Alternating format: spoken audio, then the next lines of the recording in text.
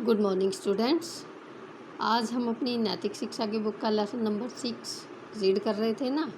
तो हमने पहले आधा ही लेसन रीड किया था, बाकी का लेसन हम आज रीड करेंगे। तो सभी स्टूडेंट्स ध्यान से समझेंगे और देखेंगे। अभी तक हमने क्या पढ़ा कि महाभारत काल में हस्तिनापुर में राजकुमार कौरव पांडव को गुरु द्रोणाचार्य शिक्षा यानी शस्त्र विद्या दिया करते थे। वहीं पर एक बच्चा एकलव्य आया और वह भी कहने लगा कि मुझे भी गुरुजी यह शिक्षा प्रदान कीजिए, लेकिन गुरु द्रोणाचार्य ने उसे मना कर दिया।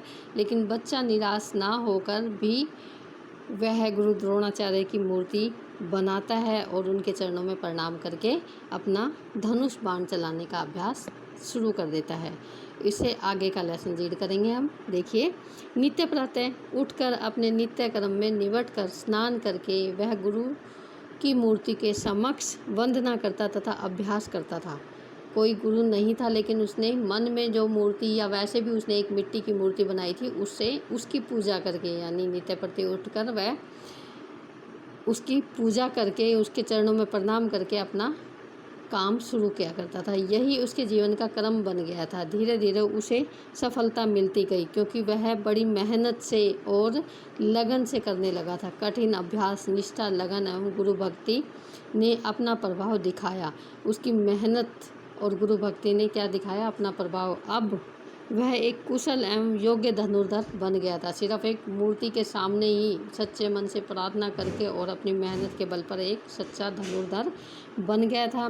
एक दिन की बात है कि गुरु द्रोणाचार्य अपने शिष्यों के साथ उसी वन में भ्रमण कर रहे थे जहाँ एकलव्य अभ्यास करता था। उसके साथ एक कुत्ता भी था। किसके साथ? उनके साथ, यानी गुरु द्रोणाचार्य के साथ। वह कुत्ता एकलव्य के निकट पहुंच गया और उसे देखकर भौंकने लगा। उससे एकलव्य की एकाग्रता में बाधा पड़ी, क्योंकि वह बड़े शस्त्र विद्या बड़े ही लगन से करता था और उसकी बाधा पड़ी। तो अतः उसने बाण चलाकर कुत्ते को मुंह बंद कर दिया और कुत्ता भागकर गुरु द्रोणाचार्य के पास गया। गुरु द्रोणाचार्य ने कुत्ते को देखा तो उनके आश्चर्य की सीमा न रही। कुत्ते का मुंह बाणों से भरा हुआ था। बाण इतनी कुशलता से चलाए गए थे कि कुत्ते के मुंह अथवा शरीर पर चोट का घाव का कोई निशान नहीं था। यह देखकर उसका प्रिय शिष्य अर्जुन बोला, गुरुजी, आपने तो घोषणा की थी कि मुझसे अच्छा धनुर्धर कोई पृथ्वी पर है ही नहीं, किंतु यह व्यक्ति तो उस कुत्ते के मुंह को बिना चोट पहुंचाए बाणों से भर दिया है। मुझसे भी बड़ा धनुर्धर है, क्योंकि उसने इतनी सफाई से बाण चलाए कि कहीं भी उसके खरोंच तक भी नहीं आई। सिर्फ बाणों से मुंह ही बंद कर दिया ताकि वह भौंक ना सके और उसके एकाग्रता में विघ्न ना पड़े। अर्जुन की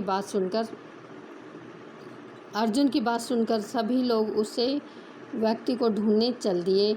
वे उस स्थान पर पहुंच गए और उन्हें प्रणाम किया। द्रोणाचार्य अपनी मूर्ति को देखकर सब कुछ समझ गए। फिर भी उन्होंने पूछा कि पुत्र, तुम तो बहुत अच्छे बाण चलाते हो, तुम्हारे गुरु कौन हैं? एकलव्य ने मूर्ति की ओर इशारा करते हुए कहा, मैं तो आपका ही शिष्य हूँ।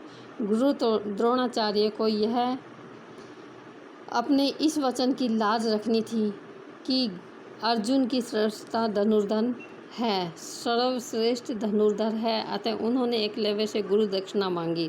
एकलव्य ने श्रद्धापूर्वक कहा, गुरुजी, आप आदेश करें। द्रोणाचार्य ने दुखी हृदय से एकलव्य से उनके दाहिने हाथ का अंगूठा मांग लिया। क्या मांग लिया? अंगूठा। यद्यपि एकलव्य जानता था कि दाहिने हाथ का अंगूठा देने से वह भविष्य में कभी बाण नहीं चला पाएगा, किंतु उसने एक क्षण भी देरी किए बिना अपना अंगूठा काटकर गुरुजी के चरणों में रख दिया। गुरु द्रोणाचार्य ने उसे सच्चे मन से आशीर्वाद दिया कि गुरु भक्त एकलव्य का नाम संसार में सदैव अमर रहेगा। धन्य है सच्चा शिष्य एकलव्य एवं धन्य है उनकी गुरु भक्ति। तो ये लेसन समझ में आया होगा। उसने गुरु की प्रतिमा को समक्ष मान के भी अपनी शिक्षा ग्रहण की और उस शिक्षा में वह बहुत अच्छा धनुर्धर बना। तो हमें कोई भी कार्य हम मेहनत और लगन से और मन से करते हैं तो उसमें हम अवश्य ही सफल होते हैं। ये था हमारा नैतिक शिक्षा का लेसन था सच्चा शिष्य। तो समझ आया होगा students. Thank you. Have a nice day.